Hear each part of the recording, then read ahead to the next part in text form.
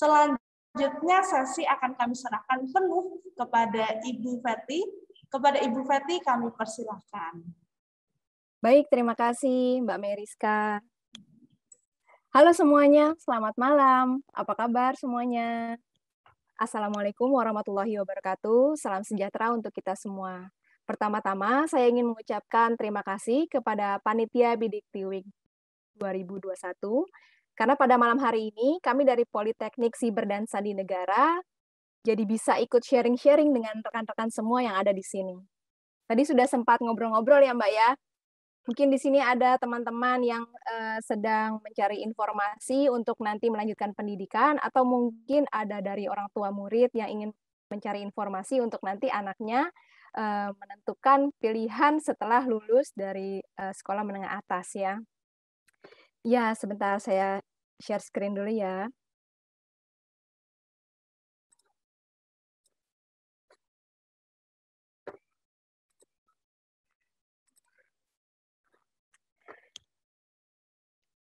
Iya, baik. Sudah tampak ya? Ya, Ibu, sudah terlihat. Oke, baik. Ya.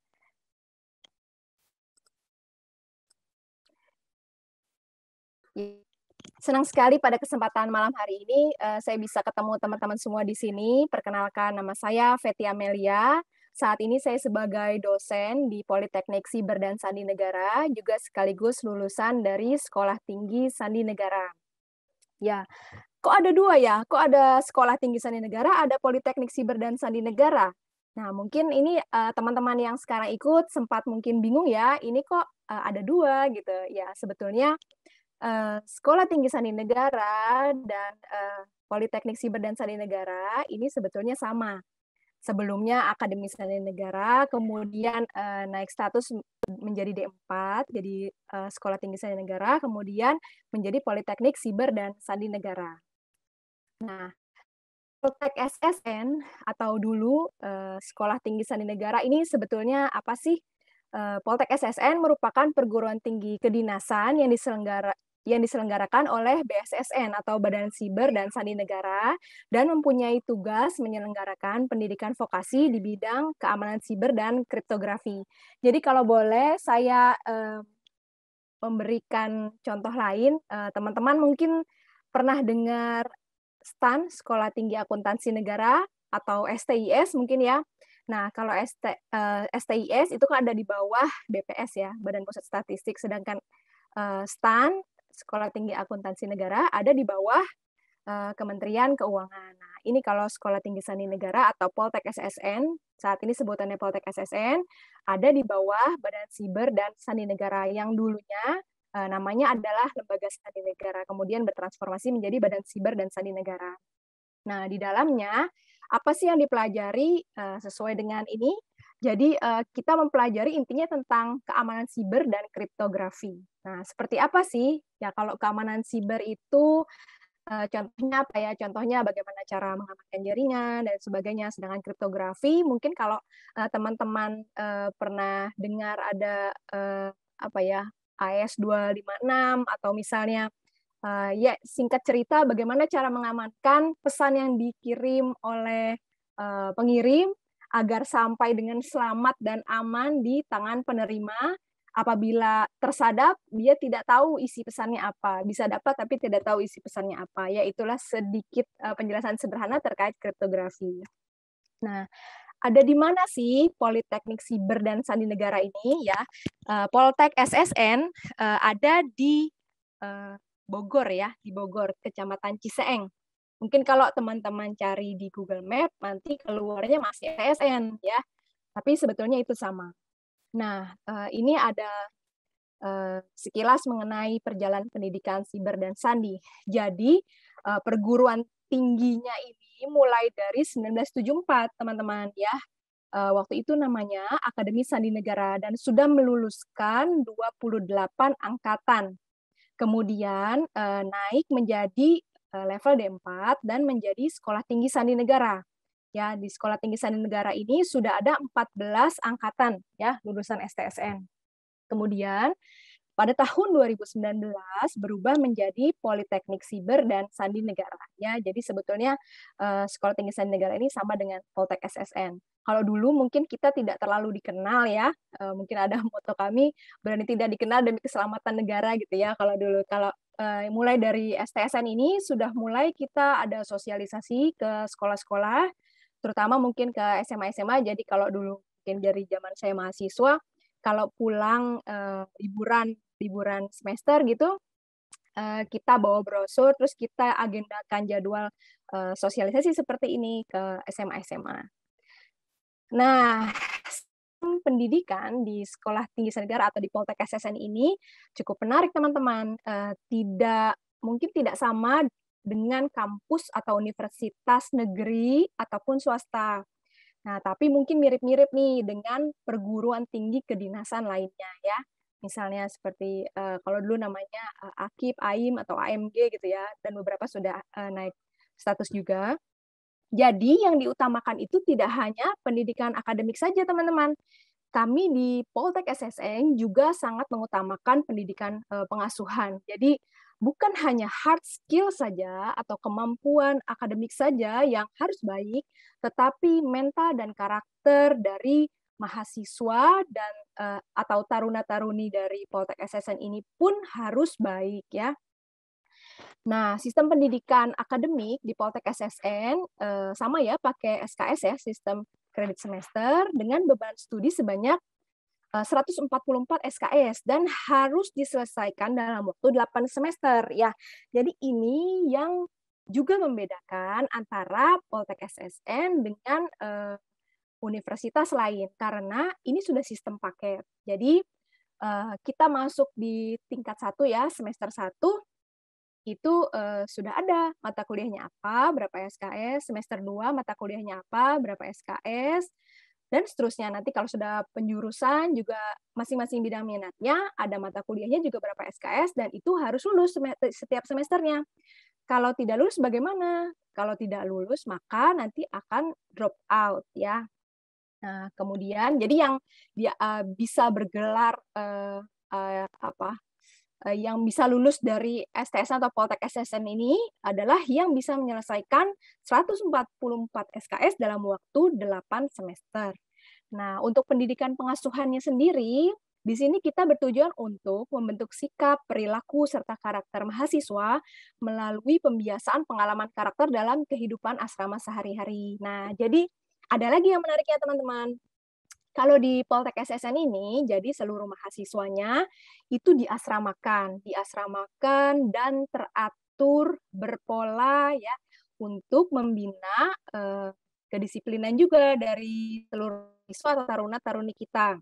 Mulai dari bangun tidur, sudah dijadwalkan pukul berapa, kemudian olahraga pagi, terus bersih-bersih, kemudian makan pagi bareng-bareng ya, makan bersama, kemudian apel pagi, kemudian kuliah, terus isoma siang, lanjut kuliah lagi, lalu kegiatan sore, kemudian ibadah, kemudian mungkin malam ada belajar mandiri dan apel malam. Jadi kita sifatnya semi militer gitu ya, teman-teman.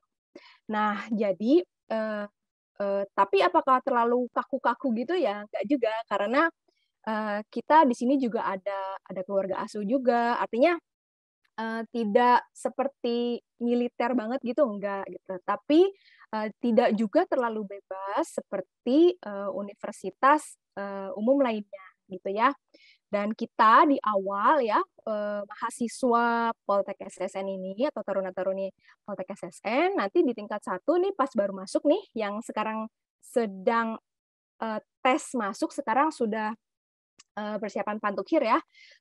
Itu nanti akan pas baru masuk nanti akan ada semacam latsar ya, latihan dasar kemiliteran gitu ya, untuk membentuk karakter dan kepribadian juga mental dari tarun-taruni. Tapi nggak lama kok, cuma sebentar aja.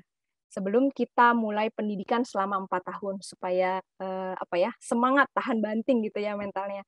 Karena belajarnya juga ya tidak begitu mudah lah ya. Nah, kemudian Di Poltek SSN ini ada 2 jurusan, teman-teman. Jurusan kriptografi, juga jurusan keamanan siber. Nah, jurusan kriptografi dibagi menjadi 2 prodi, 2 program studi. Yang pertama, rekayasa perangkat keras kriptografi, yang ini lebih ke hardware-hardwarean ya. Sederhananya begitulah ya, kurang lebih. Kemudian yang kedua, prodi rekayasa kriptografi, yang dibagi menjadi 2 bidang minat, yaitu bidang minat rekayasa sistem kriptografi. Nah, ini sederhananya apa ya? Seperti mempelajari dan membuat algoritma kriptografi, misalnya seperti itu ya.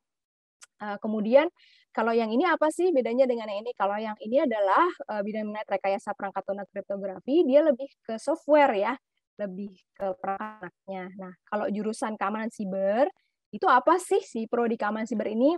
Dia lebih ke hal-hal praktis untuk mengamankan cyber ya, cyberspace kita tuh seperti apa ya, kurang lebih seperti itu yang dipelajari. Misalnya ada contohnya apa seperti digital forensik, kemudian bagaimana cara mengamankan jaringan dan sebagainya. Nah, ini adalah kompetensi lulusan dari Poltek SSN ya. Memiliki kemampuan menganalisis, merancang, dan mengimplementasikan sistem kriptografi dan atau mengelola, mengevaluasi, mengembangkan keamanan siber dan persandian seutuhnya. Ini adalah tujuan akhir si mahasiswa yang dibentuk di Poltek SSN ini tuh mau dibuat seperti apa. Nah, inilah kurang lebih untuk kompetensinya. Nah, lagi yang menarik bersekolah ya atau menjalani pendidikan di Poltek SSN. Jadi kalau mungkin di kampus lainnya setelah kita kuliah, kemudian mungkin banyak dari kita mencari kerja seperti itu ya. Nah, kalau di Poltek SSN ini agak spesial karena ini ada di bawah Badan Siber dan Sandi Negara ya. Jadi lulusan Poltek SSN dapat diangkat menjadi CPNS, calon pegawai negeri sipil ya, di BSSN, di Badan Siber dan Sandi Negara. Jadi yang selama ini sampai dengan detik ini berlangsung adalah lulusan dari Poltek SSN ya kerjanya jadi PNS di BSSN gitu. Apakah hanya di BSSN? Enggak juga.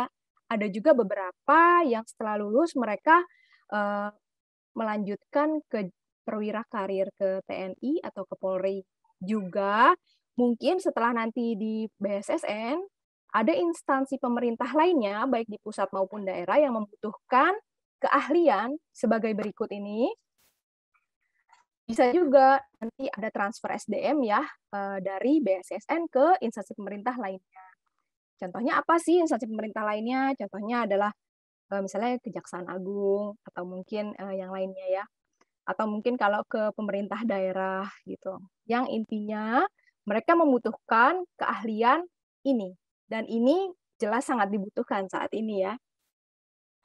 Nah, ada fasilitas penunjang pendidikan di Poltek SSN. Ada apa saja? Ada banyak ya. Ada laboratorium pendidikan, laboratorium riset ya. Mulai dari lab elektronika, lab komputer, lab bahasa, lab sandi. Nanti saya akan tampilkan video untuk lebih kelihatan gambarannya ya. Kemudian juga ada fasilitas penunjang lainnya seperti gedung perkuliahan, asrama, poliklinik, perpustakaan, sarana olahraga, sarana ibadah, sarana rekreasi dan sebagainya. Dan ini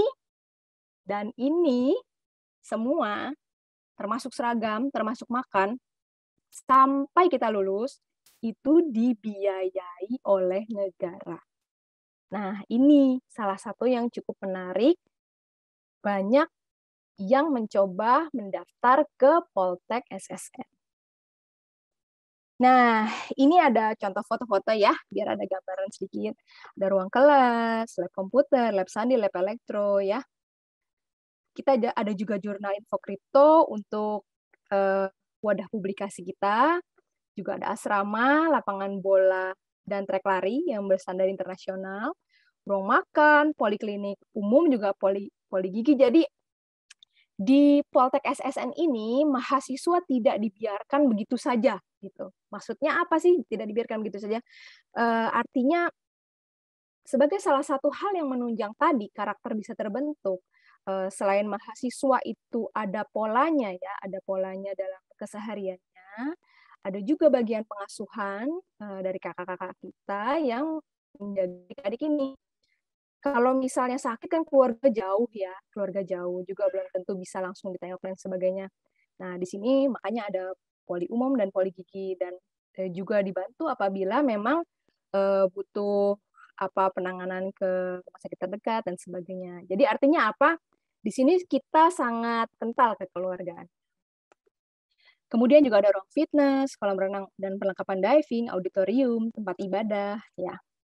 Nah, buat teman-teman yang tertarik untuk mengetahui lebih banyak tentang seleksi penerimaan mahasiswa baru atau SPMB Poltek SSN, bisa langsung nih dicatat atau di screenshot ya alamat websitenya poltekssn.ac.id ya. Ini di pendaftaran ya. Nanti di sini teman-teman bisa download brosur yang di situ lumayan lengkap.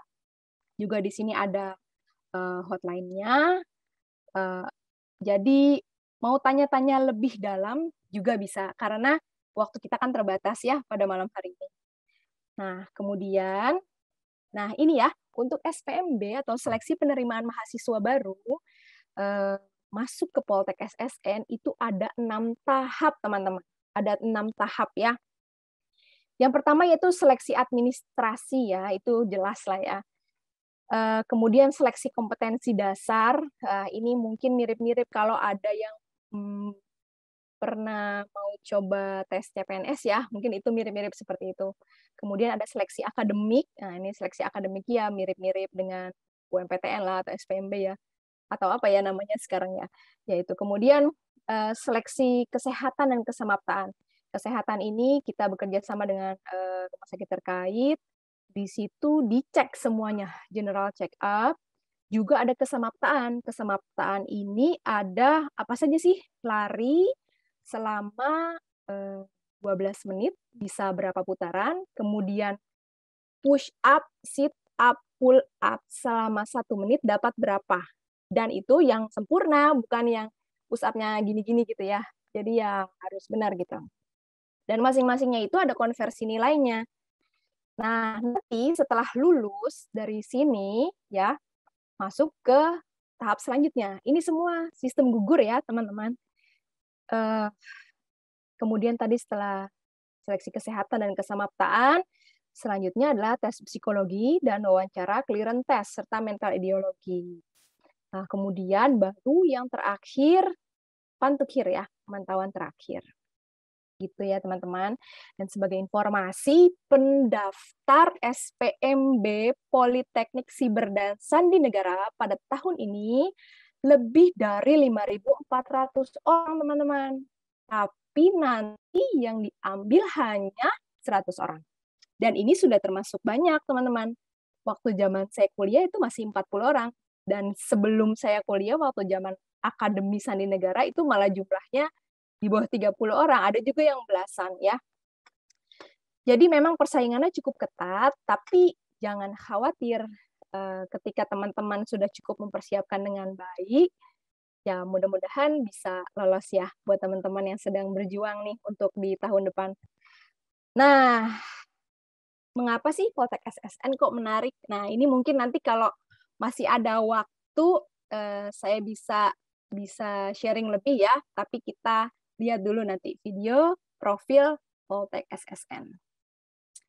Ini ya teman-teman, nanti kalau teman-teman buka tuh yang website tadi ya, nanti di sini ada tampak nih persyaratan umumnya, mulai dari apa yang bisa mendaftar itu kemana aja sih, IPS bisa nggak gitu misalnya, oh tidak bisa kalau untuk IPS, yang bisa hanya SMA jurusan IPA atau madrasah aliyah jurusan IPA atau SMK tertentu ya gitu dengan nilai tertentu yang dipersyaratkan. Nah, ini nanti lebih lanjutnya bisa langsung dilihat ya di website-nya, lengkap teman-teman, lengkap, dan ada nomor yang dapat dihubungi untuk pertanyaan lebih lanjut apabila untuk malam ini tidak cukup untuk sesi tanya jawabnya. Nah, ini tahapan seleksinya tadi ya, teman-teman. Oke, terima kasih, presentasi dari saya cukup. Selanjutnya kita mau nonton video ya, teman-teman. Sebentar, saya stop share.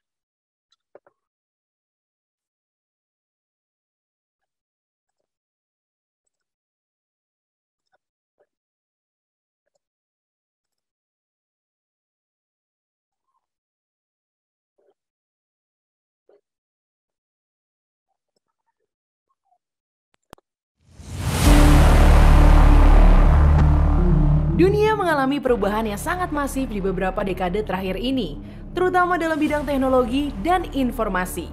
Generasi milenial yang lahir pada dekade 80-an adalah mereka yang merasakan beberapa titik perubahan penting seperti evolusi alat komunikasi, perkembangan komputer dan media penyimpanan, kecanggihan multimedia, serta lahirnya sang superstar yang memegang kunci masa depan, internet. Hari ini kita bekerja, berbisnis, belajar, bersosialisasi, bermain, serta mendapatkan berbagai hiburan dari media yang hampir seluruhnya berbasis koneksi internet. Kita hidup di dunia tanpa batas dengan segala peluang dan kemungkinan yang tidak pernah terbayangkan sebelumnya. Kita menyebutnya sebagai revolusi industri 4.0.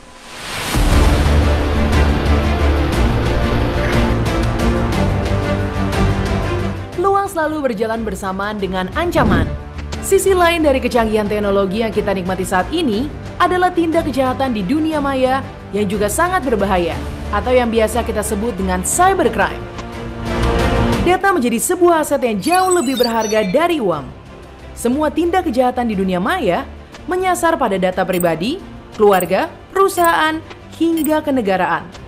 Jumlah kerugian akibat cybercrime di tahun 2021 diprediksi mencapai nilai 6 triliun dolar Amerika dan akan memakan satu korban setiap 14 detik.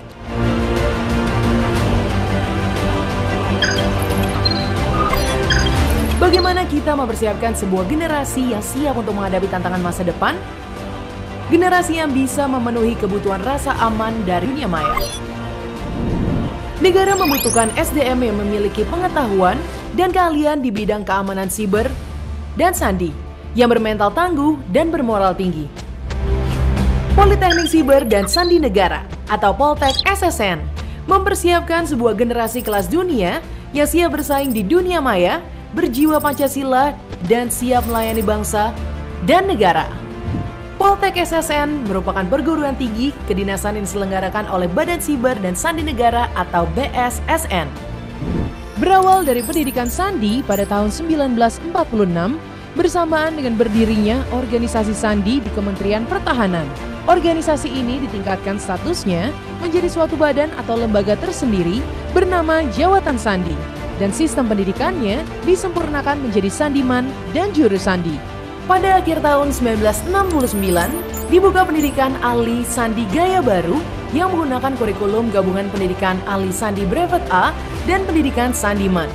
Pendidikan ahli sandi gaya baru dinyatakan secara de facto sebagai Akademi Sandi Negara atau Aksara pada tahun 1973.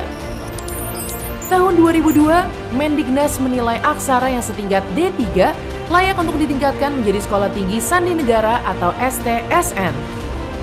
Dan pada tahun 2019, dalam meningkatkan kualitas dan kompetensi sumber daya manusia di bidang siber dan sandi bagi BSSN dan kementerian atau lembaga lain, dilakukan perubahan kelembagaan Sekolah Tinggi Sandi Negara menjadi Politeknik Siber dan Sandi Negara atau Poltek SSN.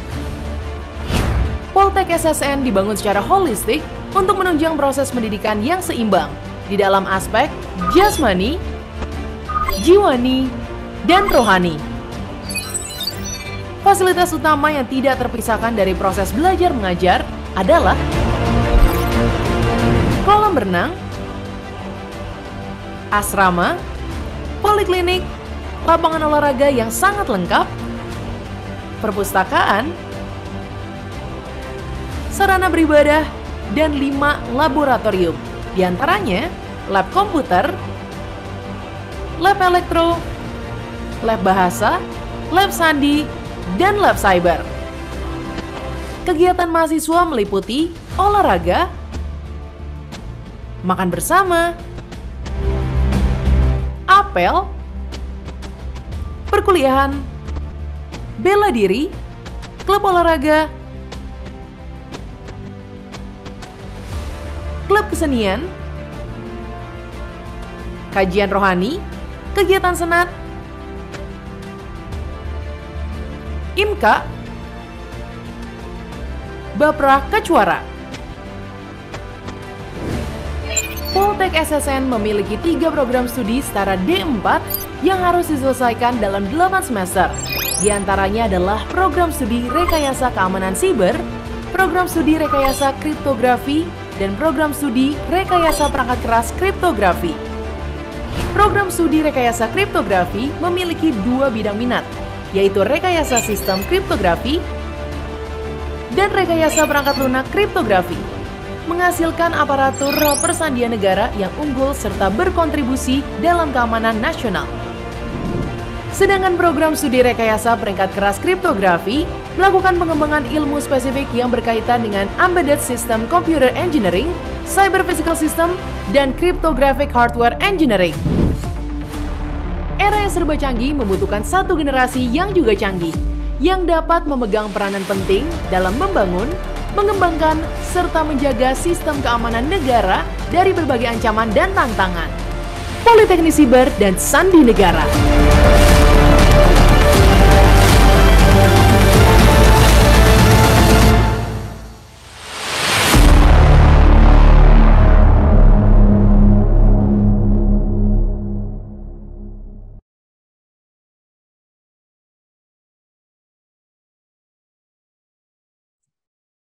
Mungkin bisa di-unmute, Ibu. Oke, ya demikian Mbak dan teman-teman semua. Profil Sekolah Tinggi Sandi Negara atau yang saat ini namanya adalah Politeknik Siber dan Sandi Negara, seperti itu ya. Tadi saya masih ada satu pertanyaan lagi, mungkin sambil menunggu teman-teman yang mau bertanya ya, kita bisa langsung sambil sharing-sharing. Kira-kira kalau menurut saya ya, atau menurut saya dan teman-teman, kira-kira apa sih yang bikin menarik untuk mendaftar ke STSN atau Poltek SSN ini? Yang pertama, tadi mungkin sudah ada yang bilang ya, keren gitu kan ya. Keren ini sebetulnya relatif dan ada tanggung jawab lebih gitu ya Mbak. Kayak misalnya kita berpikir, oh masuk teknik elektro ITB atau teknik sipil UI atau ITB dan sebagainya itu kan, atau mungkin kedokteran kan, keren gitu ya, atau FKUI gitu. Ya keren, tapi harus ada implikasinya pasti kan. Ya di mana mesti sungguh-sungguh dalam menjalani pendidikan begitu ya. Apalagi ini sistemnya paket dan bisa beresiko drop out apabila tidak sungguh-sungguh dalam setiap semesternya hingga lulus nanti. Nah, kemudian apalagi yang menarik? Yang menarik adalah gratis. Gratis ya teman-teman. Jadi saya punya teman, saya punya kakak, saya punya adik. Kakak itu maksudnya senior saya, junior saya ya, adik-adik saya. Itu ada mulai dari anak pejabat ya, anak pejabat yang bukan titipan ya, tapi memang dia mumpuni, punya kompetensi yang sesuai atau dibutuhkan. Juga punya teman yang anaknya petani, anaknya tukang es gitu. Artinya apa? Di sini dalam seleksinya kita lumayan ketat ya, Mbak Meriska dan teman-teman semua. Selain ketat dalam seleksinya, itu tadi di dalam perjalanan pun semangat itu harus tetap dijaga supaya tidak turun gitu ya. Dan di situ kita ada membina jiwa korsa ya, atau kebersamaan satu dengan yang lainnya. Kalau misalnya ya satu angkatan misalnya itu satu keluarga gitu ya. Kalau misalnya lagi ada yang lagi nggak semangat, yang lain bisa nyemangatin atau membantu dan sebagainya.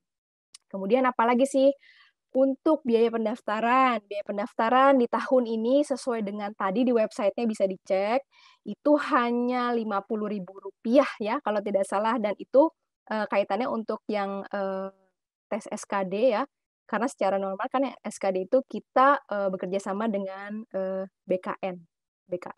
Karena kan nanti lulusan dari Poltek SSN ini akan menjadi CPNS ya, CPNS di BSSN ataupun bisa di tempat lain gitu ya, yang tadi seperti saya ceritakan. Kemudian apalagi ya yang menarik? Yang menarik itu nggak repot, nggak ribet, nggak pusing. Kenapa? Kebetulan saya sebelum masuk STSN, saya sempat diterima di Elektro UI ya waktu itu. Kemudian pada akhirnya di tahun yang sama terus saya bergeser ke STSN. Jadi saya ke Elektro UI-nya pas S2-nya gitu. Nah, apa sih kelebihannya? Jadi saya bisa compare. Kelebihannya apa sih? Kelebihannya adalah kalau di luar mungkin kita ada tambahan pikiran ya, selain belajar kayak harus di perjalanan menuju kampus, naik kendaraan dan sebagainya dan sebagainya. Nah, kalau udah di SSN, udah yang penting kamu belajar dengan baik, bisa maksimal, udah dapat sesuai dengan kompetensi yang diharapkan secara hard skill maupun karakter dan soft skill. Begitu, Mbak. Ya, baik. Terima kasih atas pemaparan materinya yang diberikan oleh Ibu Ferti. Jadi mungkin saya dapat simpulkan terlebih dahulu ya bahwa Politeknik Siber Sandi Negara itu merupakan perguruan tinggi kedinasan yang diselenggarakan oleh BSSN, di mana mempunyai tugas menyelenggarakan pendidikan vokasi di bidang keamanan siber dan kriptografi. Dan Poltek SSN ini lokasinya ada di Bogor. Dan sistem pendidikannya itu tentunya lengkap ya, ada sistem pendidikan akademik sekaligus pendidikan pengasuhan. Mungkin sampai situ saja ya teman-teman yang bisa saya highlight dan saya soroti. Dan ini saya melihat nih udah ada yang mengirimkan pertanyaan sekaligus ada yang raise hand nih. Lah untuk Ibu Sri Utami mungkin bisa melakukan pertanyaannya dan menuliskannya di kolom chat ya Ibu. Begitu. Oke. Harus di kolom chat ya Mbak? Iya Ibu. Bisa diketik ya. Baik, terima kasih Ibu Sri Utami. Mungkin untuk sesi Q&A-nya kita mulai saja ya. Jadi untuk pertanyaan pertama, selamat malam Ibu, izin bertanya, apakah lulusan Poltek SSN berkesempatan untuk melanjutkan pendidikan ke tingkat yang lebih tinggi? Terima kasih. Bisa dijawab Ibu. Ya, baik. Terima kasih Mbak Umum ya. Mbak Umum, salah ya. Mas Ilham ya. Mas Ilham,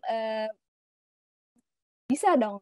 Contohnya saya ya, saya begitu lulus dari Poltek SSN, saya melanjutkan S2 di Teknik Elektro UI dengan beasiswa LPDP. Nah, selain saya juga banyak teman-teman lainnya, baik senior maupun junior yang juga langsung melanjutkan S2. Bahkan ada yang S3, bahkan ada yang di luar negeri, juga bisa dengan scholarship lainnya, yang mungkin ada beberapa yang ikut di Bidik Tiwik ini ya, mungkin bisa dari kedutaan dan sebagainya. Tapi tentu itu perlu melihat dulu bagaimana mekanismenya. Artinya apa? Kalau PNS kemudian dia kuliah lanjutan ya, misalnya S2, kan ada dua konsep ya, izin belajar atau tugas belajar kalau PNS. Kalau izin belajar sambil kerja dia kuliah. Kalau tugas belajar seperti saya kemarin itu kerjanya adalah kuliah. Kinerjanya dilihat dari nilai IPK gitu ya. Nah, ada dua konsep itu yang di mana itu ada kaitannya dengan bagian kepegawaian atau SDM ya, OSDM. Nah, tapi pada prinsipnya bisa dan sangat bisa dan sudah banyak yang seperti itu. Baik, terima kasih Bu Ferti atas jawabannya. Selanjutnya ada pertanyaan nih Ibu dari mungkin mengirimnya ke private chat saya ya, jadi masih malu-malu mungkin. Jadi bertanya, dari 5.400 orang kan yang keterima hanya 100 orang. Itu karena kuotanya memang 100 untuk tahun ini, atau karena memang yang memenuhi syarat hanya 100 orang ya? Ya. Bisa dijawab Ibu. Oke, karena kuotanya hanya 100 dan beberapa tahun sebelumnya hanya 80 dan beberapa tahun sebelumnya hanya 40. Ini karena ada peningkatan kebutuhan dalam dunia pekerjaan. Jadi kuotanya bertambah dan tahun ini hanya 100. Apakah yang memenuhi hanya 100? Tidak. Ratusan peserta sebelum Pantukhir itu sudah yang terbaik dari yang paling baik. Tinggal memilih secara pemeringkatan mana yang benar-benar prioritas atau terbaik dari orang-orang yang sudah the best itu. Gitu kira-kira Mbak. Baik, terima kasih Bu Ferti atas jawabannya. Jadi benar-benar kuotanya hanya 100, berarti eksklusif banget nih teman-teman. Jadi bisa banget ya yang mau daftar bersiap-siap nih, karena susah juga ya Ibu untuk seleksinya. Oke, kita lanjut ke pertanyaan berikutnya. Izin bertanya, untuk tahap kesehatan, apakah hal-hal seperti gigi berlubang, varises, dan tremor akan dipertimbangkan untuk lolos ke tahap selanjutnya? Sepertinya ini kebetulan di sini saya ada senior saya juga, ada Pak Amir di sini. Kalau mungkin nanti ada yang perlu ditambahkan, mohon berkenan Pak Amir bisa menambahkan. Tapi setahu saya untuk gigi berlubang, untuk varises itu tidak masalah ya.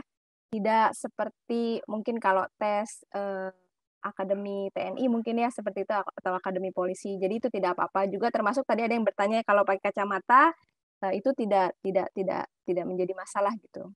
Kecuali mungkin yang minusnya kalau copot kacamata nggak bisa ngelihat itu kan cukup berbahaya untuk menjalani pendidikan gitu ya, karena kita kan ada aktivitas fisik juga, kayak misalnya setiap hari ada olahraga fisik, kemudian sebelum ujian akhir ada tes samapta lagi, biasanya seperti itu. Begitu Mbak. Baik, terima kasih Bu atas jawabannya. Selanjutnya, Assalamualaikum, selamat malam. Mohon maaf untuk seleksi wawancara. Materinya apa saja ya Bu? Terus apa penyebab pendaftaran gagal seleksi wawancara? Terima kasih. Wawancara ya. Sebetulnya kalau ditanya wawancara banyak ya yang tips-tips menjelaskan kalau wawancara itu seperti apa ya. Yang jelas sebetulnya wawancara itu adalah salah satu cara untuk panitia penyeleksi memahami karakter atau informasi dari seseorang. Sebetulnya gitu ya, Mbak ya. Sebetulnya kan informasi bisa ditulis gitu kan ya, Mbak ya. Cuma mungkin kan ada ya informasi yang ditulis tapi tidak sesuai dengan kenyataan seperti itu. Nah, pada umumnya pewawancara ini sudah dibekali dengan keterampilan melihat ini sebetulnya berbohong atau tidak gitu semacam itu. Jadi ya pertanyaan-pertanyaannya macam-macam, mulai dari pertanyaan keluarga, kemudian mungkin terkait dengan mental ideologi, misalnya kemudian bagaimana cara dia menyelesaikan suatu masalah ya, atau apapun ada pertanyaan-pertanyaan unik juga bisa yang intinya mungkin bisa saja bukan ada pertanyaan tertentu yang mau cari jawabannya, ada pertanyaan tertentu yang mau tahu reaksi dia gitu, Mbak, kira-kira. Ya, seperti itulah. Baik, terima kasih Ibu Fetri. Jadi bervariasi ya pertanyaan wawancaranya, itu tergantung pada nantinya di kenyataannya wawancaranya tuh pengen tahu apa gitu. Betul ya. Tapi intinya ingin menggali lebih dalam. Sebetulnya kalau informasi kan sudah ada ya, Mbak, di dalam form pendaftaran itu kan sudah mengisi lengkap ya para pendaftar. Ini kan tinggal dikonfirm ulang kan ya di wawancara dan melihat bagaimana reaksi atau misalnya sebenarnya itu karakter peserta tersebut seperti apa gitu dan cocok atau tidak sih dengan karakter orang sandi gitu ya kita menamakannya. Contohnya apa ya Mbak? Contohnya misalnya nih ada yang tanya nggak ya terkait psikologi misalnya ya ada tes masuk yang apa ya? Jadi tes psikologi itu kan beda-beda ya Mbak ya macam-macam. Nah ini intinya itu kita ada karakter yang diharapkan, yang diperkirakan nantinya kalau punya karakter itu dalam menjalani pendidikan, insya Allah akan baik-baik saja gitu. Contohnya apa?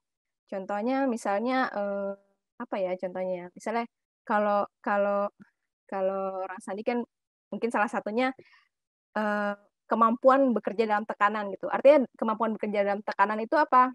Kalau misalnya contoh ini sangat konvensional ya Mbak, sangat konvensional. Contohnya kalau sangat klasik gitu ya. Kalau zaman dulu, zaman perang gitu ya. Yang namanya orang sandi atau misalnya dia kan mengamankan komunikasi. Itu kalau di perang ya, ini cerita zaman dulu ya. Nah, implementasinya bisa diperkirakan lah. Kalau pergi dari contohnya kemarin misalnya ada kejadian di suatu negara dan itu harus dikeluarkan semua gitu ya orang-orang Indonesia dari negara itu termasuk pasukan-pasukan ya ini orang sandi yang harus menangani komunikasi ya terakhir keluar gitu ibaratnya Mbak Kenapa? Karena harus menjaga tetap komunikasi berjalan dengan baik sampai semua aman kan.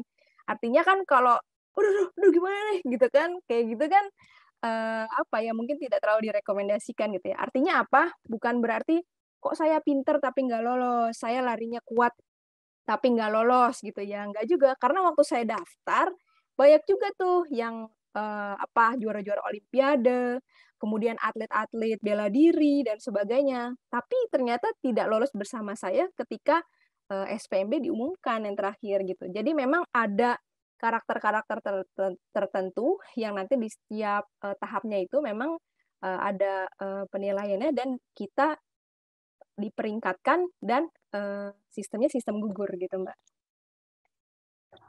Baik, terima kasih Ibu atas jawabannya. Selanjutnya, izin bertanya, pada saat memilih sekolah kedinasan, kita bisa memilih berapa sekolah ya, Bu? Apakah bisa mendaftar lebih dari satu sekolah kedinasan? Mungkin kalau ini saya perlu confirm ulang ke Pak Amir, tapi setahu saya hanya bisa satu. Nah, informasi terupdate-nya mungkin Pak Amir, apakah bisa membantu?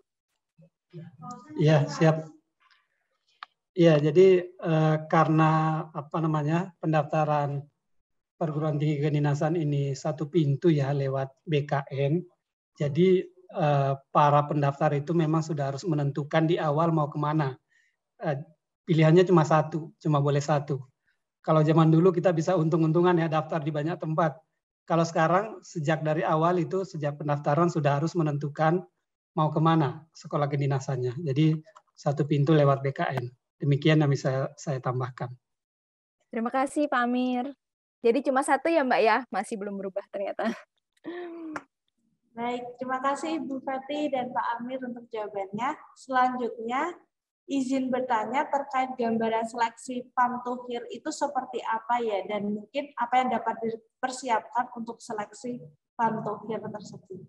Ya, setahu saya kalau seleksi PAM-TUHIR itu ya pemantauan terakhir itu tadi yang saya bilang itu udah orang-orang terbaik dari yang paling baik ya. Jadi itu bukan cuma melihat satu aspek saja, tapi semua sudah di seorang saya.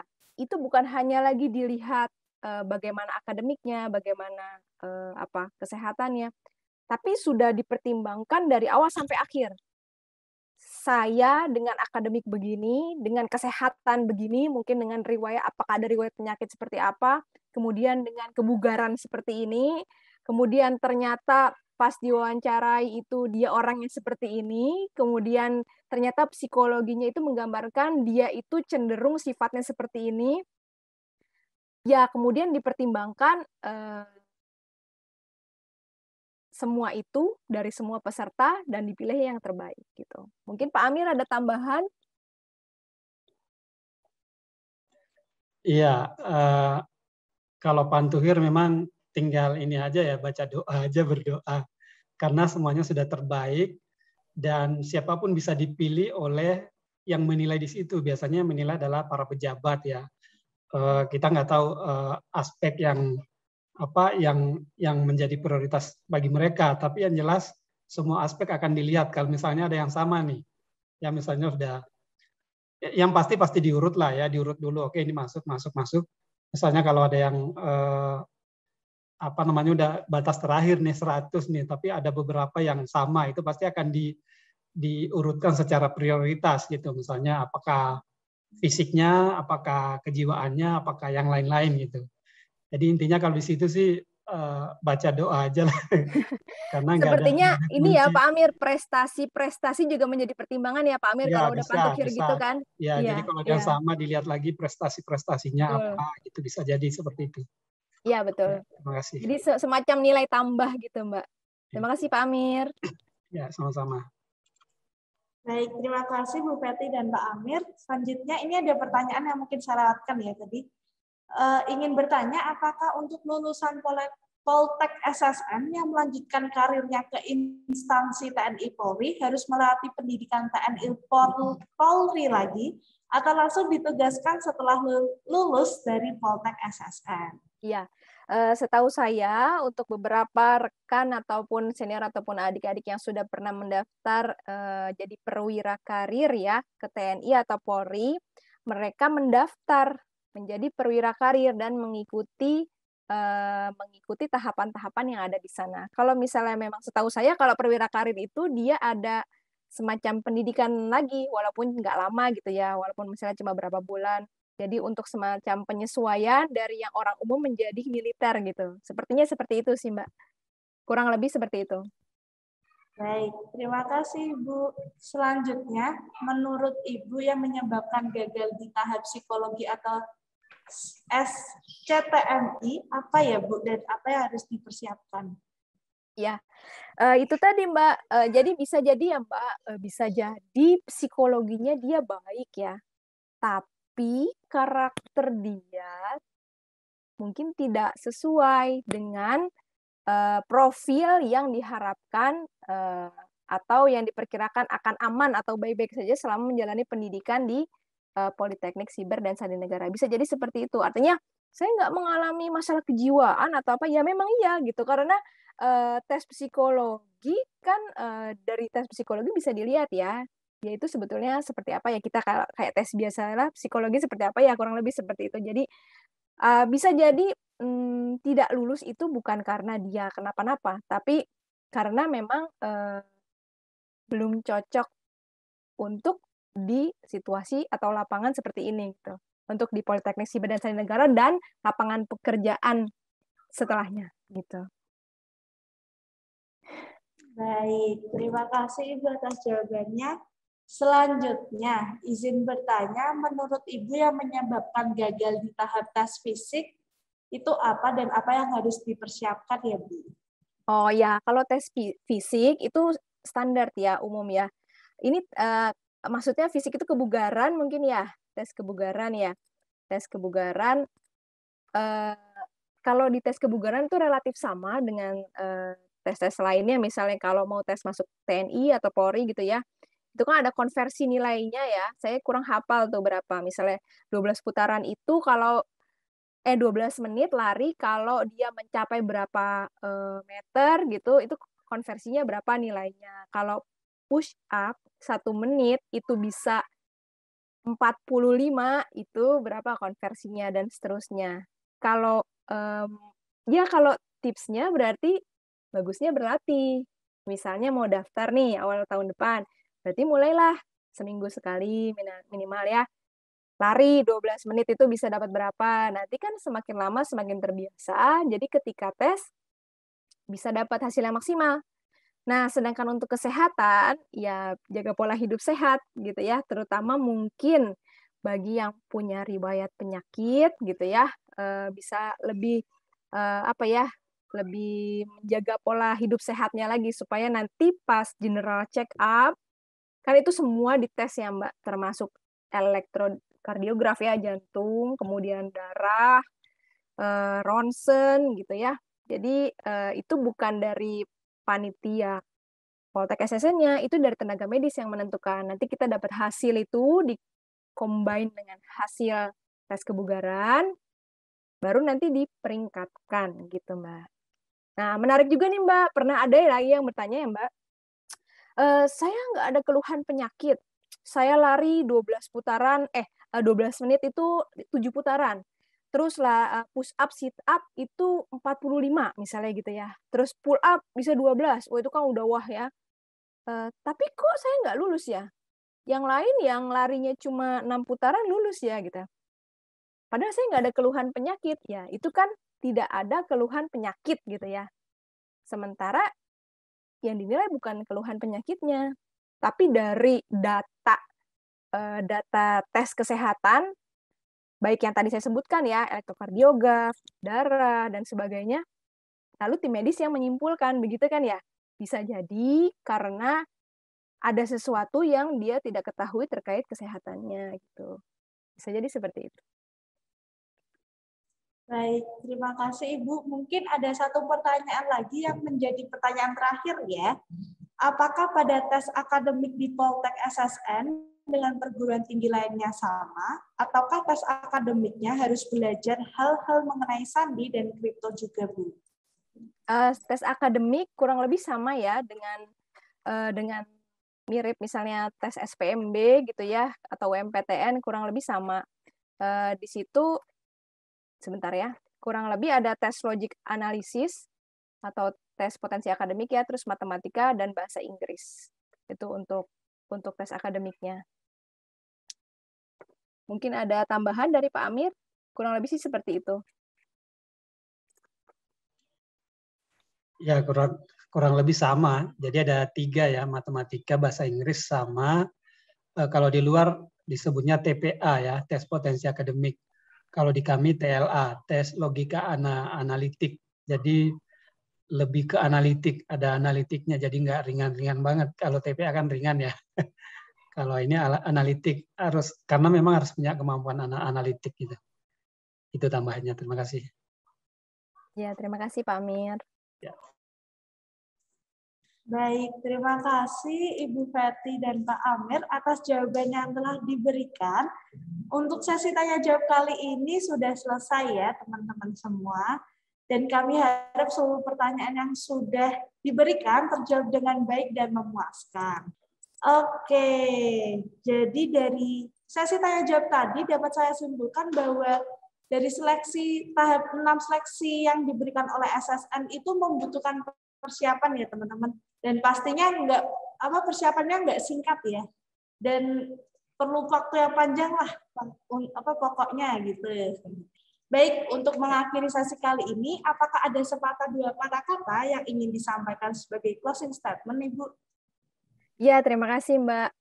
Sepatah dua patah katanya cuma mau bilang, ayo bergabung bersama kami dalam mengamankan ruang siber Indonesia. Ditunggu ya.